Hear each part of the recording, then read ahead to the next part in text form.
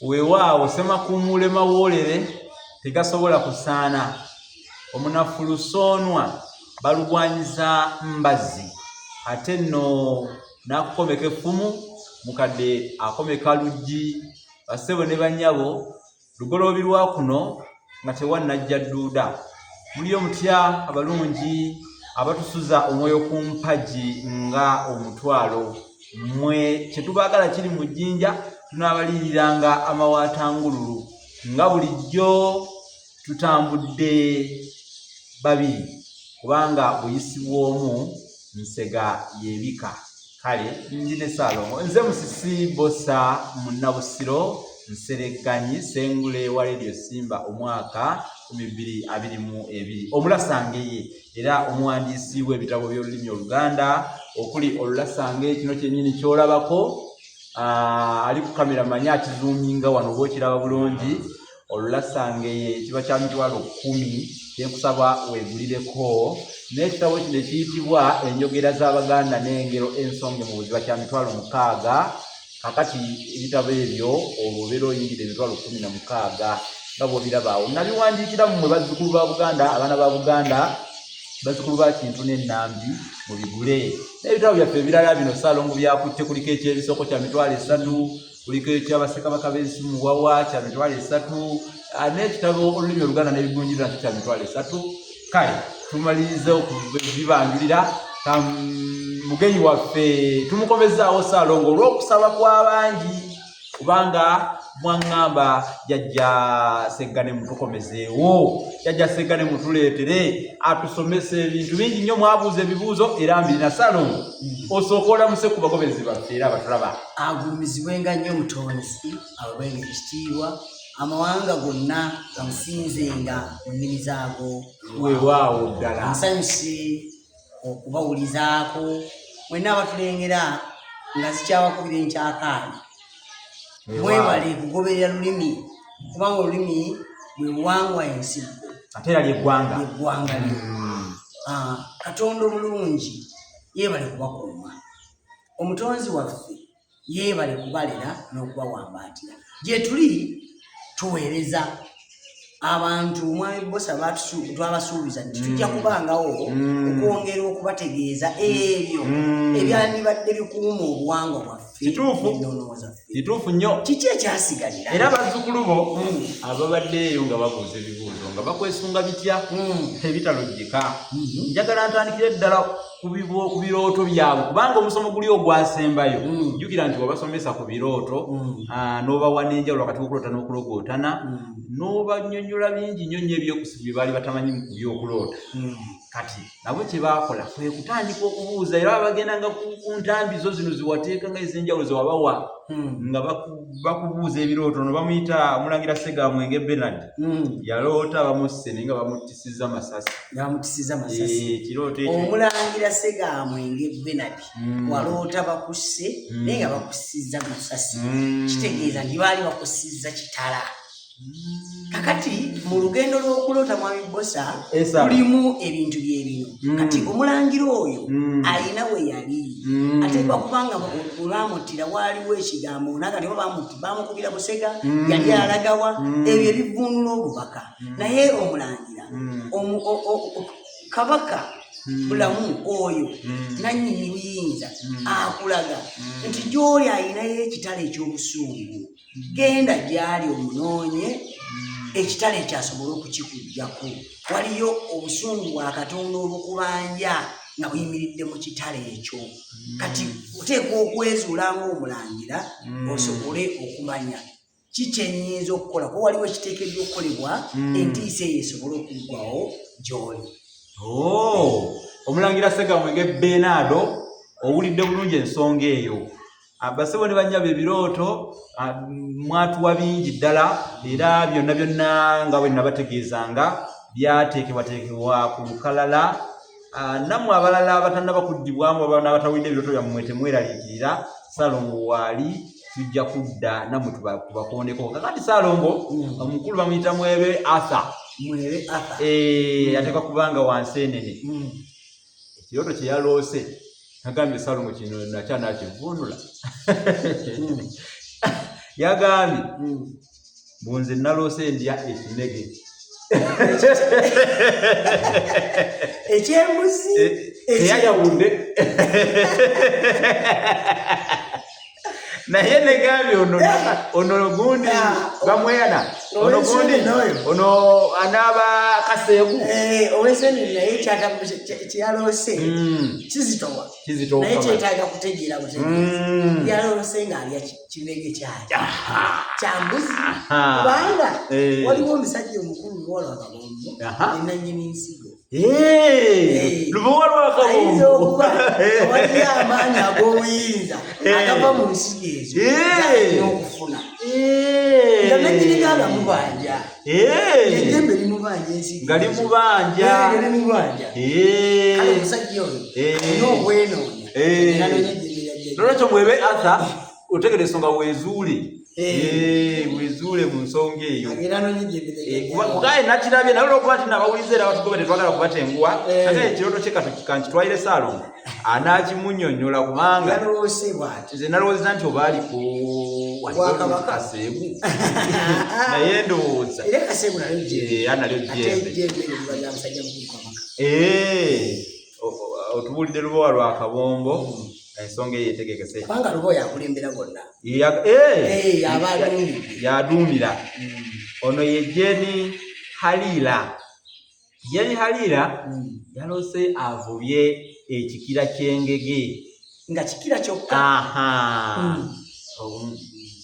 yakivubye mu mazzi naye okusooka yakijje mu mazzi makyafu kitegeeza nti ayinza okuba yakijje mu mugga obanga yakijje mu bidiba temutera kubaamu ngege mubidiba mutera kubaamu buyamba mpozi n'ensonzi zagala nnyo amazzi zaago bwegatyo kakati yani bamuyita Halira yagenze n'avuba ekyennyanja naye yavubyeko kyenkira kyokka kitegeeza nti yaggyeyo kitundu kati Halira mu mazzi gano amakyafu waliwo okwerongoosa amazzi amakyafu gambulula mu nkola zonna Halira alina ekitundutundu ekikyafu kyateekwa okweyambululako ekyennyanja kino kikola obwakabaka obw'enjawulo ekyennyanja oluusi kirabikira mu bubi ate kirabikira ne mu bulungi naye nga bwe yakifunyeeko ekitundu ate nga kyensute kitegeeza nti omwana oyo alina okugenda ayambulweko naye nga ayambulwako ng'afuna amazzi ago agaamukoka yeekokooleko obukyafu bwalina Halira geno nonye amazzi agaamukoka oyambululeko ekyo no kikulu bakokooleko kubanga mukoka kitegeeza kukokoola kakati noono ye Wasajja Fatima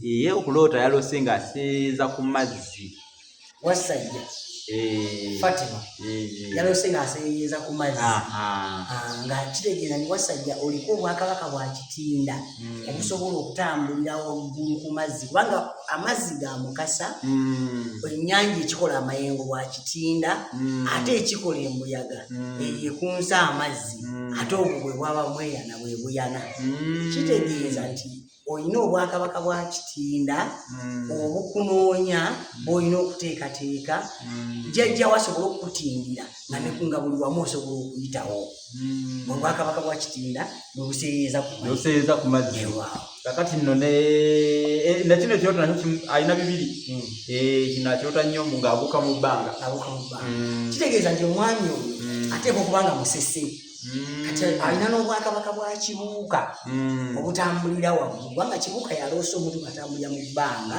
oba ng'abuuka n'agenda kati kibuuka lwaki aloosa omuntu ng'abuuka mu bbanga aba alina kyamulanja naye alina obuyinza bwe bwakutambulira waggulu kibuuka musajja bulwanyi akulaganiza bw'okola ebyange nsobola okukulwanira entalo nga nkuyisa ne waggulu yakibuuka tumuwa kasaale kali akaamukubwa abanyoro era ketumuwa kyekyokulwanyisa kyasinga okutya ate naye kyatabaaza bamazikira akasaale ke bali bakaita kitonya waggulu kati kibuuka ketumuwa kati abantu bano abalinnye ennyonyi nabo bakwanaganyizibwa n'ekibuuka era bwantu wajja wano ng'ennyonyi emutawaanyiza yamubula akola etya aleeta obusaale bwe busatu n'aleeta n'omutego tumutwale wa kibuuka kasaamala okukakubayo ng'ennyonyi agifuye bannange jangu bwe biti bano banjagala visa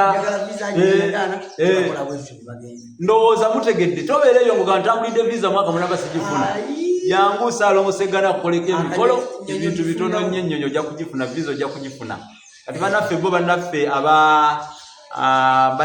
waliwo bannaffe twabaddeko nabo jjo batwegaseko olunaku lwajjo badde ate bwe njogedde ku kiwuka nenzijukira waliwo bannaffe aba Net Connect travel agencies bali awo Mengo ku Kisingiri Road bakufunira visa kati nga tonnagenda mu bannaffe ba Net Connect travel agencies janguko ewa Saalongo beeke ate empeera zakwerulira ogende mu ba Net Connect travel agencies empapula ole ku paperwork ebintu bisobola okwanguwa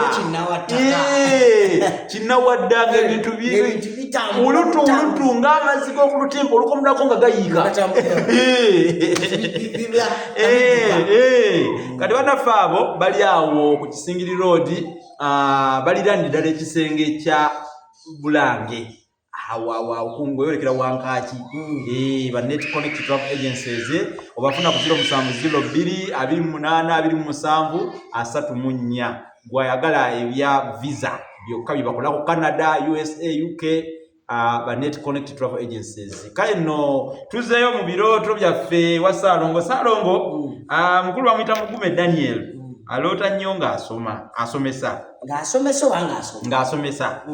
naye ekyewuunyisa agambye nti aloota asomesa P5 kyokka musomesa wa secondary kati ekyo kimuggyeko ebiri ku mutwe yeewuunya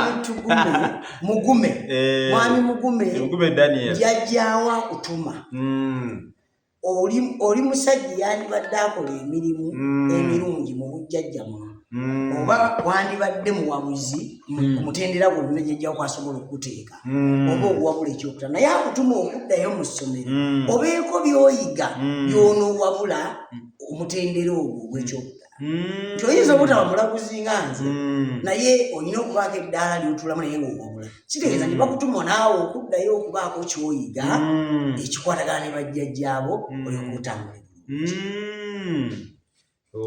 ensonga yetegerekese kati nno zibadde ndowooza nti oba kubanga ku kaddaala engeri gy'abantu wa secondary alina kuddayo agenda abeeko kyayiga mumusuula n'amadaala kubanga bayinza omusuula amadaala omutakola kitundu abantu babeereyo nga yasoma bulungi ekitende kyakola ate omwana wattu era olaba n'omwana bw'aba nga kiraasi takola bulungi amanyi okumuzzaayo bikwatagana ddala bamuzzaayo muzadde omwana ono gw'omukaka asoma gundi naye nze ndaba 7 tannagisobola atumuzeeyo agende wayiye kakasa ajjenga ebintu abimanyi bulungi weyanziza nnyo Saalongo Sseggana ne Mayombwe kati waliwo ono yazadeko erinnya terirabika wannaffe Nakabamu bakweka amannya naye aloota ebiyinja nga biva waggulu ebijja bigobongotana nga bigwa naye nga bambi bwagezaako okuwuba emikono ate mu kirooto kye kimu nalaba abantu nga bamuwambye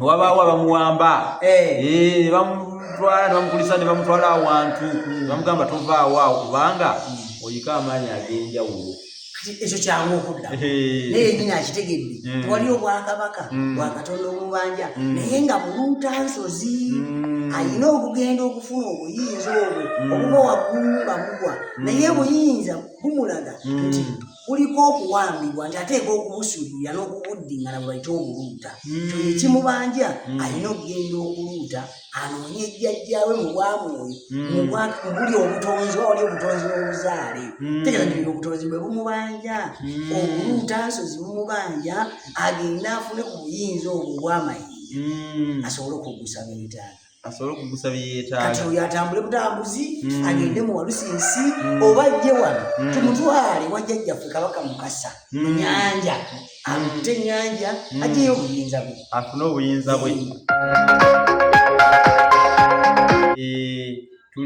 tukyagenda ddala mu maaso atuli ne Saalongo Segane Mayombwe. Kakati gwe ali eyo kano kakulu nnyo kakuwa nako kakufuweyo kakama.